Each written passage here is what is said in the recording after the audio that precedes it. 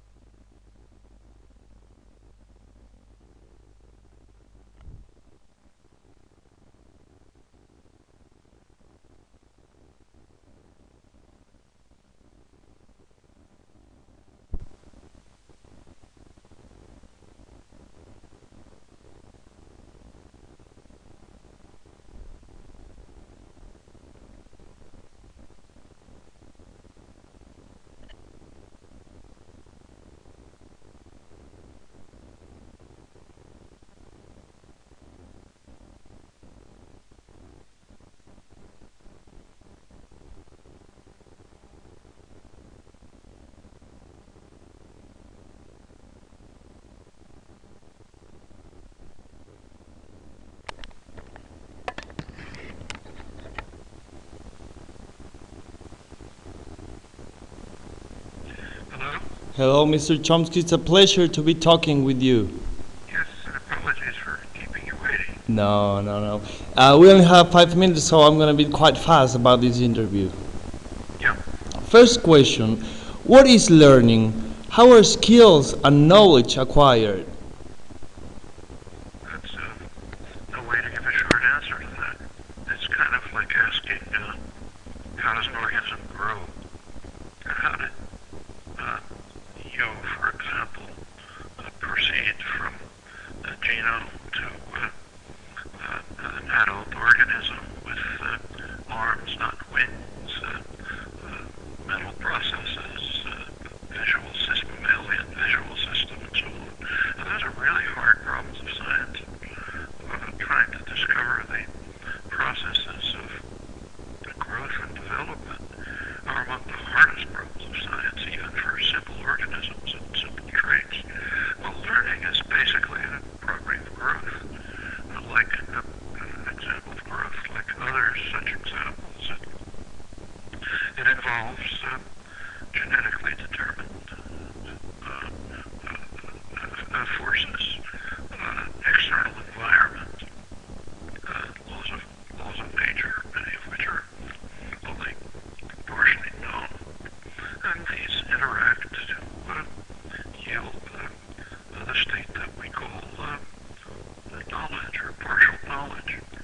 Sometimes it seems like it's easy to see, like you read a book and you can repeat what's in it, but that's a very shallow and peripheral part of learning. The serious parts are much harder to account for. What knowledge and skills are worthwhile learning? Those that, primarily those that help develop your own capacities for fulfilling, rewarding, productive, creative life, which also contributes to the welfare of others. Those are the skills that a decent education ought to encourage. I wouldn't say teach, because they're already sort of there. They have to be encouraged to grow. It's kind of like watering a plant, which enables the flower to grow. Without water, it won't grow. Yeah. What do you think are the real purposes when it comes to defining the actual educational model? The real factors. The real So purposes, yeah, when we talk about mass education, I mean the actual education model. well, take, say, mass education. I should say that one of the great contributions of American society in the 19th century was to develop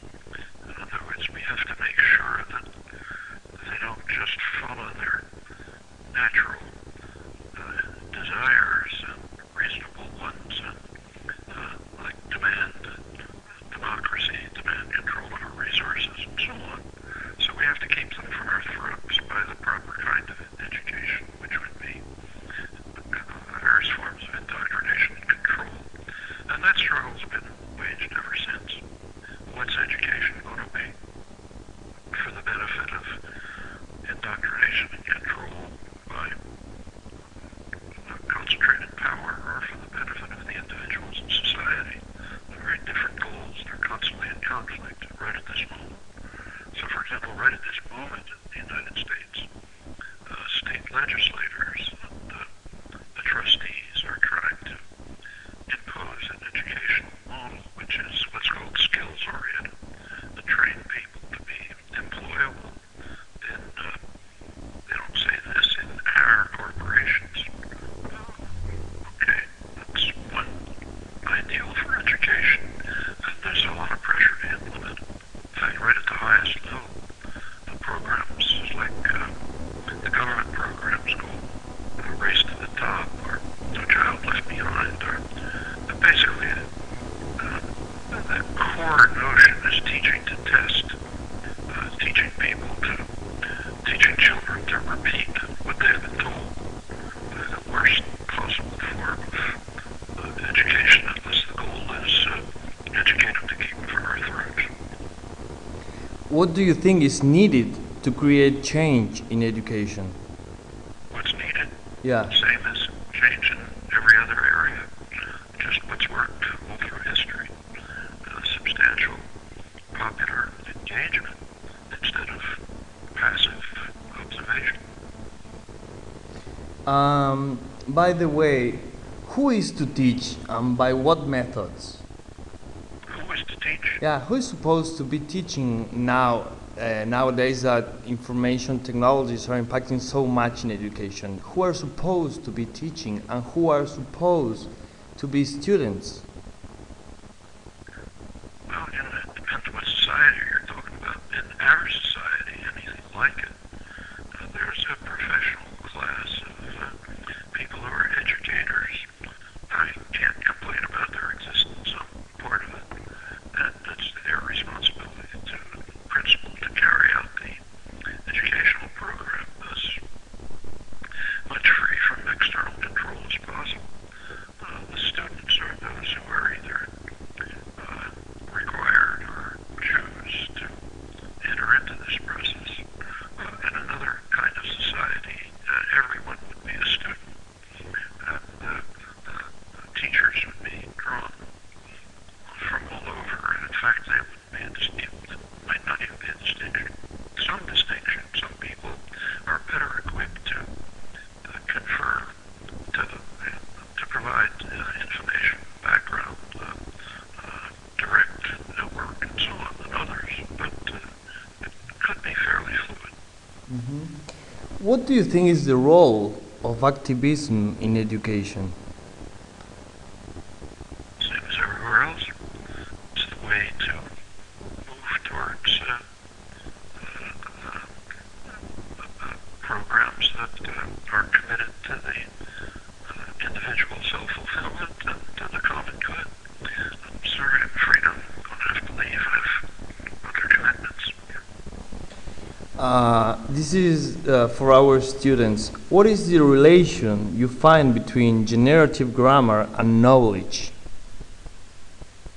Generative grammar is the study of one of the core aspects of human knowledge, namely knowledge of our language. If anything's central to our being, it's our language. And generative grammar is just a name for the study of this topic in all its aspects. How it develops the individual, what's the basis for its use, what are the conditions under which it evolved, and so on and so forth. What aspects of traditional school should we maintain when it comes to information technologies impacting so much? When it comes to information technology, Yeah, what aspect of traditional school should we maintain or keep? the kinds that contribute constructively, some do. I'll say throughout the school system, a lot of good things in it, and those should be cultivated and extended. I can't list them, but they're those that are conducive to the kind of things I was talking about. This is the last one, Mr. Chomsky. What is consensus and how is consensus achieved? Consensus is not such a great thing, necessarily. So, for example, there's plenty of things that ought to be subject to the debate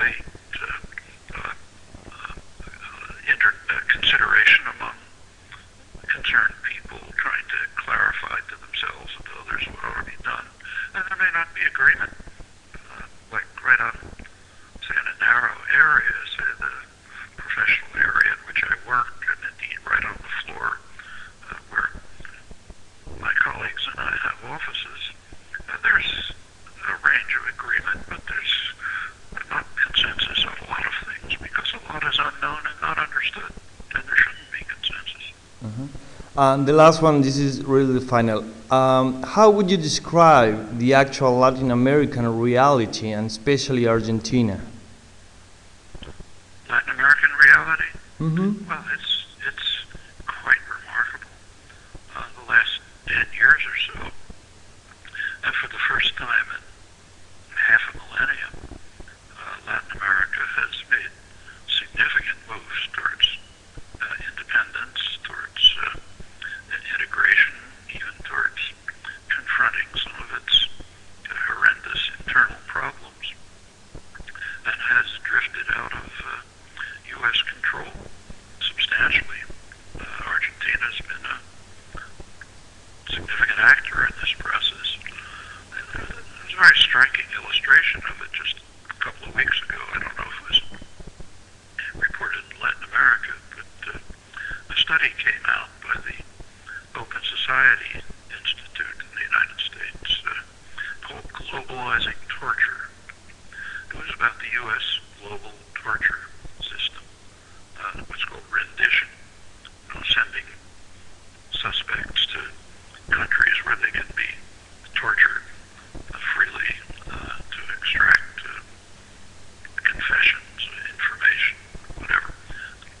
Well, it's all in violation of legal principles going back 800 years to Magna Carta, but it's standard. And it turned out about 50 or so countries participated. Most of Europe, Middle East, that's where the suspects were sent to be tortured by our favorite dictators. Much of Africa, Asia. So rather strikingly, one continent was missing: Latin America. No Latin American participation. Be interesting to look into why. But what was striking is that, as I don't have to tell you, for a long period, Latin America was pretty much in the pocket of the United States.